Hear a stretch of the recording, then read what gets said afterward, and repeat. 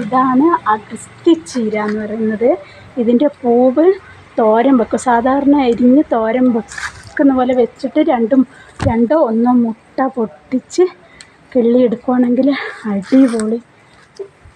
ഇത് വയർ സംബന്ധമായ ആശുപത്രി ഇത് കണ്ടോ, ഇതിലെല്ലാം നല്ല പോലെ ഉണ്ടായിട്ടുണ്ട് അഗസ്ത്യച്ചീര.